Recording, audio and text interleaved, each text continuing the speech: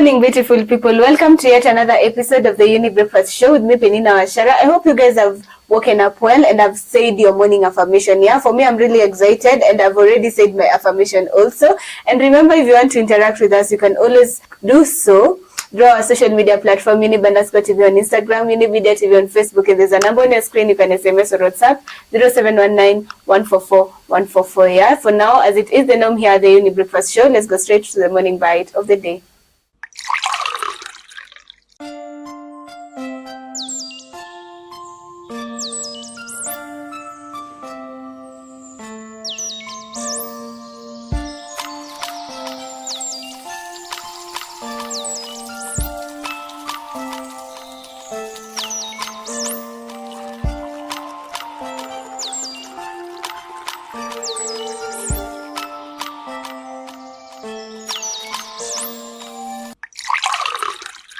Today we're diving into a topic that many students face but few feel safe talking about: how poor academic performance can affect mental health. For some, a failed test is just a bump in the road, but for many others, especially in high-pressure environments, it can trigger anxiety, low self-esteem, even depression. The pressure to succeed, to impress, to live up to expectations, whether from parents, teachers, or peers, can take a serious toll. So today, we ask the real questions. What happens emotionally when students don't meet academic expectations? Are schools doing enough to support their mental well-being? And how can we create a learning environment where students feel safe to struggle, grow, and thrive? Remember, this show is proudly brought to you by Miss Ashan and Younib Organization, and we're trying to reach out to the community to teach you on matters mental health. So if you need any psychological help, you can always call the number 0700 352 250, and our very own psychologist will be able to help you out. Yeah. So today, as I earlier stated, we are talking about poor performance in school, yeah, and mental health. Yeah. So I'd like to introduce to you our therapists of the day who are here to just give us information about it. Yeah. So good morning. Good morning. How are you guys feeling this morning? I am feeling good. I'm enjoying the morning so far. Okay. I'm quite excited to be here, and I'm looking forward to what our viewers are going to tell us in terms of their feedback, because this is an interesting topic. Okay. Karibuni sana. And please, because of some of our viewers who are just watching us for the first time, I'd like you guys to introduce yourselves, tell them what you do here and who you are. Yeah, so tuanze kwako. All right. Hello there, viewer. My name is Beulah Njagi. I am a psychologist by profession. An associate at Psychosocial Support Center, that's PSC for short. And we work with corporates, individuals, groups, families, whatever category you feel like you're under, to just help you de-stress and unravel who you are. And I'm so excited to be working together with Younib Organization for this mental health project, where we're coming to you, to your house, through the screens, to your children's schools, where we're just interacting with you, the community, and offering this mental health support that PESH has, given us a number 2 for free. So we're hoping that as we're learning together through these various topics, that you also take advantage of that and give us a call and come visit us, and we get to have more of these conversations. Okay. Good morning, everybody. My name is Mutembei Muthami. I'm also an associate with Psychosocial Support Center, that's PSC. And I'm excited to be gracing your screens today. This is an interesting topic, and I'm hoping that we get to learn a lot about this. Okay, so the topic again of the day is the effect of poor performance on students' mental well-being. Yeah. So to start us off, we know that academic performance is one of the things that when students go to school, that is the thing that many people usually look at. How are you performing academically? So how does academic performance really affect a student's mental health, especially when they are not performing well? Right. You've rightly put it that, when parents send us to school, send children to school, yeah, your expectation is that they will come back, with good grades. I mean, it's almost like, the only reason they're in school is so that they can perform well or excel academically, as you've said. And so what that does is it puts pressure on the child. Of course, it is rightfully so, it is the reason that we're sending the children to school. But I think there needs to be an understanding that there's so much more that they get from school than just the academics. There's their social skills that they're learning and building. There is, their talents that are coming out through the various other extracurricular activities that they're doing. And there's exposure that they're getting as they involve themselves in this many other things that you can find a child excelling in and probably struggling in academics. So you've asked what the effect of the poor performance is on the child. Yeah. When they're in a situation where there's either in a school where there is such high pressure concerning academics, which is most schools, to be honest, or a home environment where there's a lot of focus on academic excellence, what it does is it can give the child the sense that their entire self-worth or their entire identity or their entire value as a person comes from the grades that they get. And so if they don't perform well, you'll notice that a child may develop low self-esteem, may develop anxiety either during exams or after exams, may even develop, really high stress at exam time periods that could go beyond the limit and actually grow into a depressive disorder. And that's just, looking at it at a general level. Okay. Now that we have understood on the effects of poor performance, I'd like to know, Mutembei, why do some of the students really take poor performance so personally, and even though they have given a lot of effort to their schoolwork?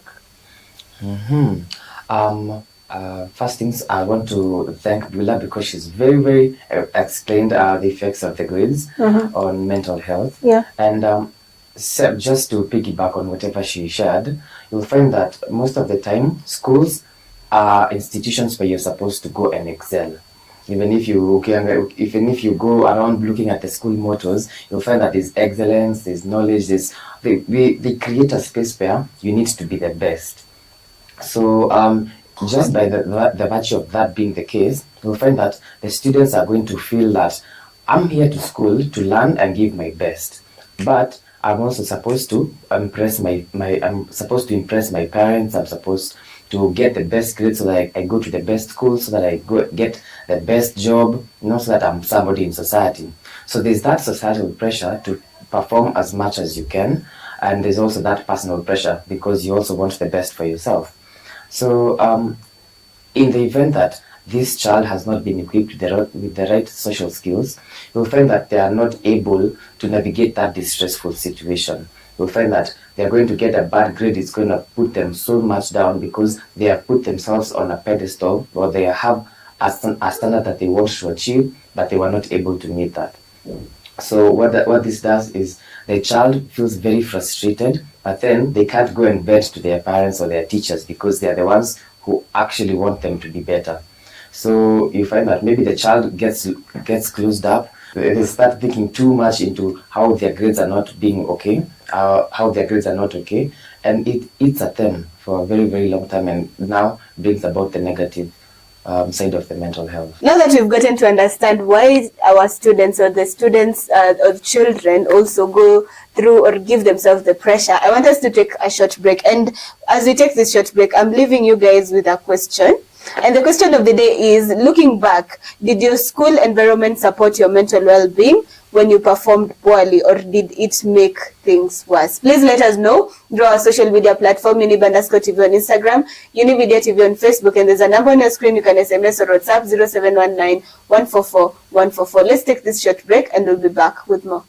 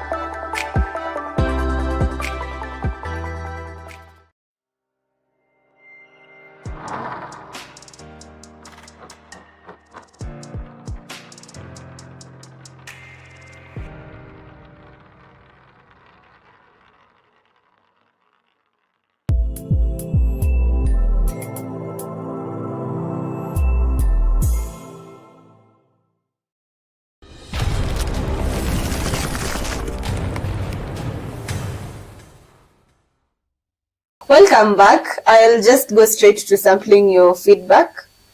The question was, looking back, did your school environment support your mental well-being when you were performed poorly, or did it make things worse? Okay, so someone says, honestly, it made things worse. Teachers will shame us in front of the class for low marks. Instead of motivating me, it made me hate school and feel like I wasn't good enough. Someone else says, there was zero mental health support in my school. If you failed, you were just seen as lazy or stupid. I wish someone had asked what was going on behind the scenes. Okay, someone else says, my school tried, but it was always about grades first. They had a counselor, but no one really encouraged us to go. I think the intention was there, but the follow-through wasn't.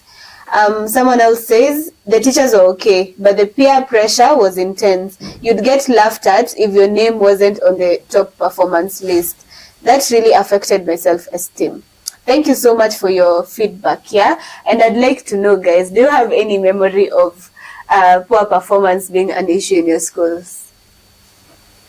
I mean, yes. The most significant moment that happened was when I was in high school, and if you didn't attain a certain grade, I think it was a C. It was either a C or a C minus. So whenever everybody else left for the holidays, we'd have to do 2 weeks mandatory, so that you can get to study harder than everybody else who studied harder during the term, and they were able to meet their grades. So that was significant. Did I happen to spend the 2 weeks in school? No comments. Beulah?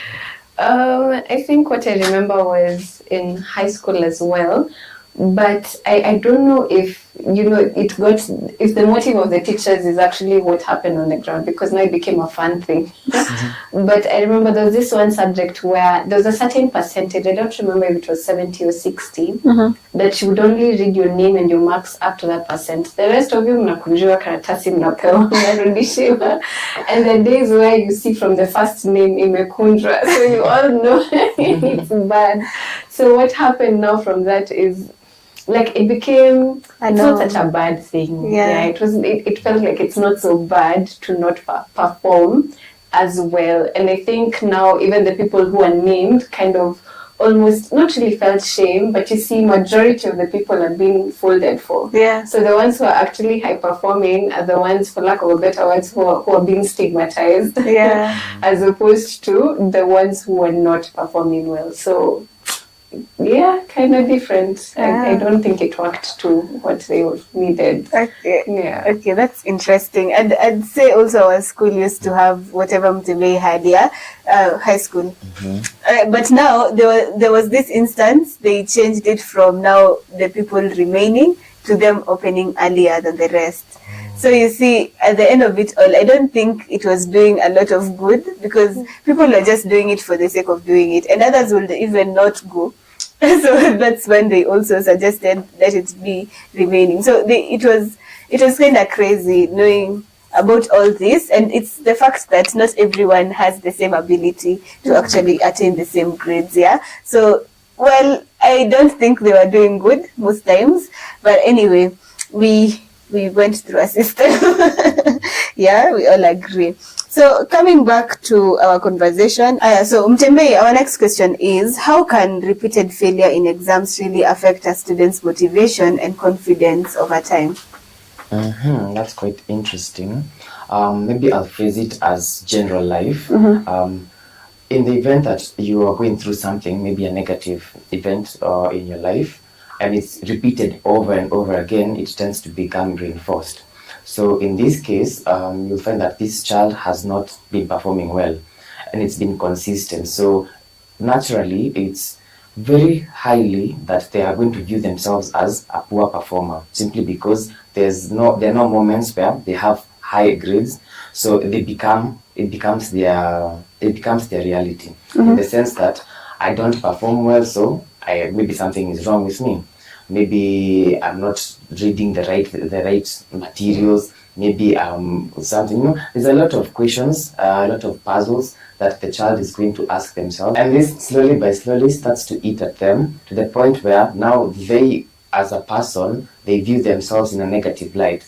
They start to index themselves against other students, where they're like, oh, tunakuanga na nani during break time. We spend time in the holidays with these other classmates of mine, so why do I not perform as well as they do? So now when the self-doubt starts to creep in, and then we have the self-identity starts to shift from the positive to the negative, over time you'll find that this child is going to feel very short-changed in life, and thus it's going to negatively impact their mental health to the point where they might not feel comfortable showing up for other people, simply because labda mama aliwaambia sijapata grades mzuri, ama what if they are talking about something that I don't quite understand, how does that make me look like? So now, simply because of the bad grades, you see how it's going to translate into them starting to isolate, because they feel like they don't belong with the high performers or people who actually perform. So over time, it's gonna be like a snowball effect, where it started off with bad grades and started off as perspective, where the child views themselves in a negative light, reinforces that behavior, those thoughts, and then now that becomes their reality. Hence, translating all the way to negative, very poor mental health. Okay. And Beulah, when we were starting, you had mentioned about some of the mental health issues that may arise from poor performance. You mentioned about anxiety, low self-esteem, depression, yeah? So my question is, how can poor performance really lead to harmful coping mechanisms for students who are in school? Right. That's a very good question. So when they're developing, there are things, of course, there are changes that you will notice when a child is beginning to develop anxiety, or when they're beginning to think very low of themselves, when they've lost their self-worth, or when they're also, getting depressed, or when they're highly stressed. We talk about how there's all these changes for everyone, really, when you're undergoing, high pressure mental health conditions. So you'd notice a change in behavior, and that would be very key. Mutembei has talked about, a sense of isolation, whereby this child does not want to associate with other children. Sometimes it's because when you investigate, you find it's because they're not feeling worthy of being around other children. They're not feeling like they're as good enough as the other children. And so it takes a very keen parent to follow up and, ask those questions. With anxiety, you notice either avoidance, a lot of avoidance. So when it comes to homework, they don't want to do anymore, or tuition, they don't want to do anymore, or when it comes to, amani exam week, all of a sudden they're sick every day, they have headaches, stomach aches, just because they're trying to avoid or avoid really going to school or going to sit for that exam. So with anxiety, you'd be able to tell. Also, you'd notice, teachers would be able to pick even for things that they are sure this child knows, all of a sudden now they are failing. Again, it could be a function of anxiety, or it could be a function of that internalized failure that Mutembei was talking about when you asked him about, the consequences of constantly failing. Yeah. So, you'd be able to pick it again still in their academia, but also more so in their behavior and in their relationships, and in how they talk about themselves. And especially if there's isolation, you really want to know what this child thinks about themselves. Okay, and I hope you've gotten to understand those telltale signs, that you can say, or you can see for a teacher, a parent, that you can see the child is struggling when it comes to their performance. With that, I want us to take a short break, and we'll be back with more concerning the conversation. Don't touch that dial. We'll be right back.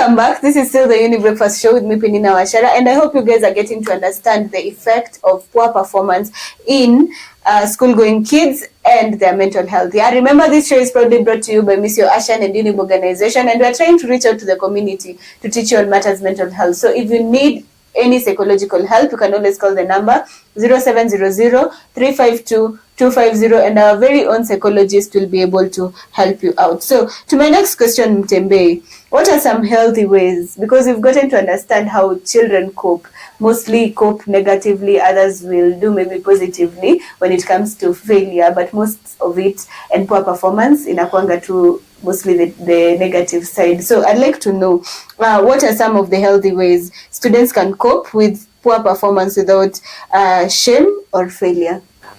So right off the bat, I would say creating a safe space where just as Beulah had mentioned, even failing is not condemned in a school setting. What this does, it means that it takes away from the societal pressure, from the institutional pressure to attain that mean grade, to attain the highest pass mark. So now it makes school a space where the children can be themselves. How do we create this safe space? This is by making sure that everybody feels appreciated, because the moment that everybody in class feels that hii ni yangu na hii ndio nimejikaza nikapata na people celebrate me for that, means that I feel comfortable in my grades.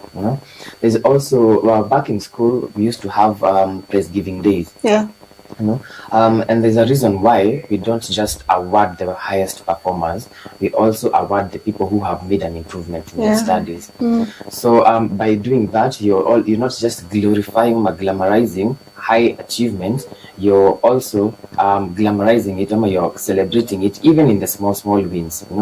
Kama if I started off as a poor performer and I used to get 30 out of 100, and then next time I get 35 and then I'm appreciated, those small wins are going to push me, are going to motivate me up until where I'm now able to understand what kind of study person am I, to the point because I'm actively pushing towards getting better and I'm being celebrated for that. Another thing would be to make school fun. I'm sure we've seen a lot of TikToks of teachers who get into class and then they dance, they make fun videos. It's not entirely just for content. You'll find that when teachers are able to make study sessions fun, it becomes very memorable. Juu utapatana na swali ukifanya exam alafu nakumbuka hii siku fulani mwalimu alikuwa ana dance kwa class alitufunza kitu kama hiyo. You're able to relate the fun with the academics, but then at the same time it can be all fun and games. So it's for the students to figure out how are we going to make this school fun.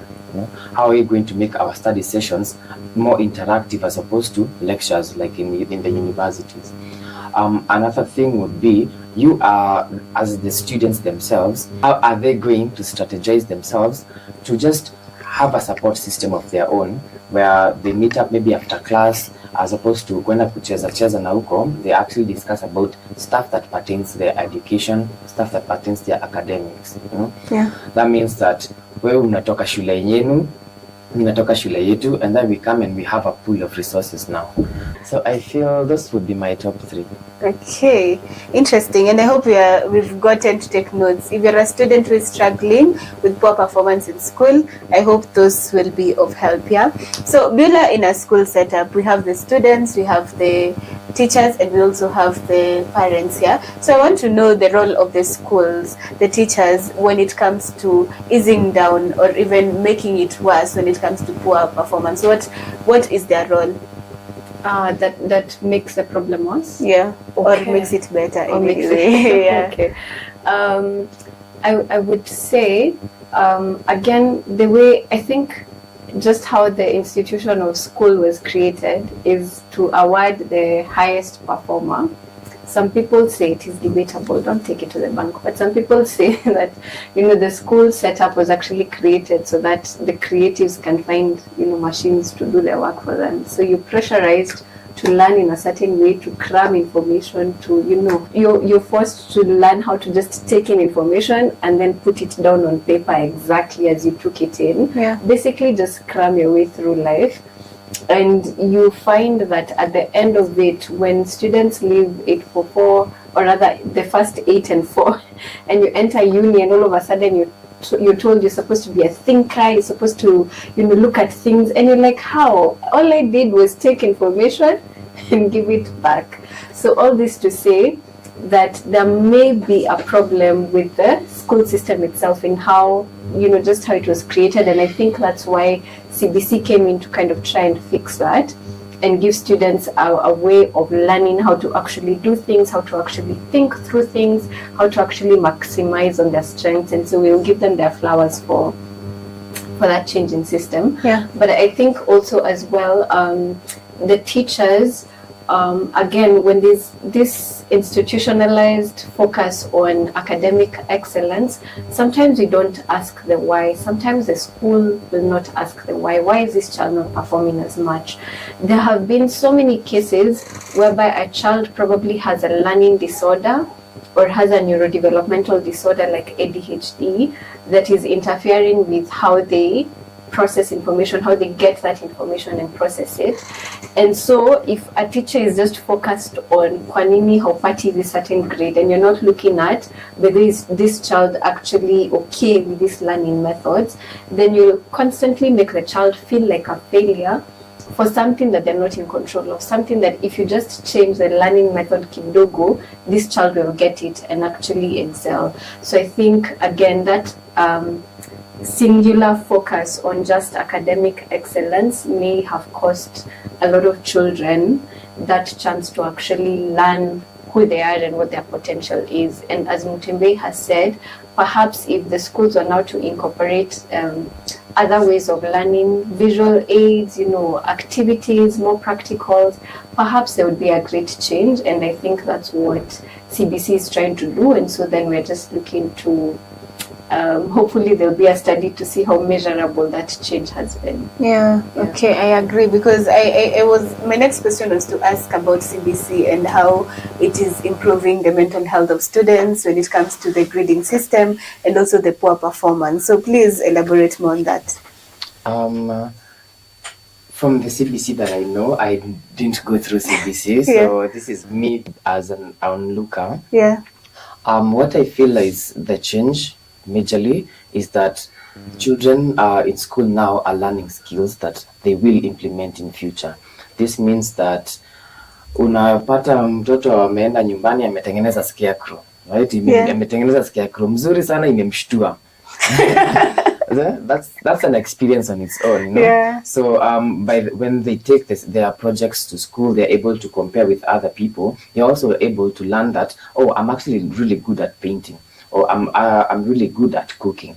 So they get to celebrate themselves among themselves, in that they get to also exchange information. So unajua kupika, mimi ni kama sijuangi timing vizuri, Yeah. So it builds on their skills and it builds on their self-esteem, because whenever we go to schools and then you ask nani anajua kuchora, everybody atashout somebody's name. Nani hapa anapenda kukula sana, somebody is gonna shout, they are gonna shout somebody's name. So it might look very small on face value, but what this is doing is that it's reinforcing the talents, the abilities in these children, so that they now feel secure in themselves, that they can be like, I know that my academics are not really good, but I know for sure I make the best food. Of all the people in the room, I am the one who can cook the best. Yeah. So it builds their self-esteem, it builds their confidence, it makes them secure in who they are as a person.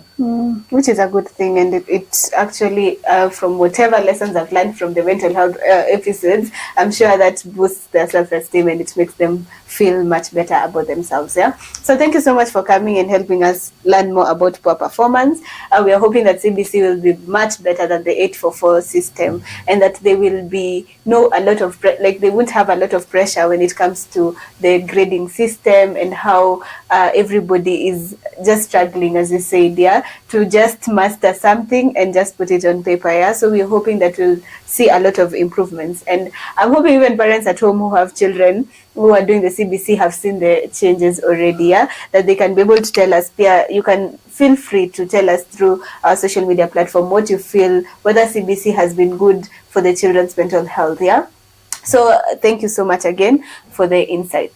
Thank you for having us. You're welcome. To everyone who has made this show a success, thank you so much, Elias Mushina, and for being our director, and also our camera person, Asante Sana, and to everyone, you our viewers, for always ensuring that you give us feedback. You are always there to watch the Younib Breakfast Show every morning. That is Tuesday and Wednesday morning. And of late, we've been doing it.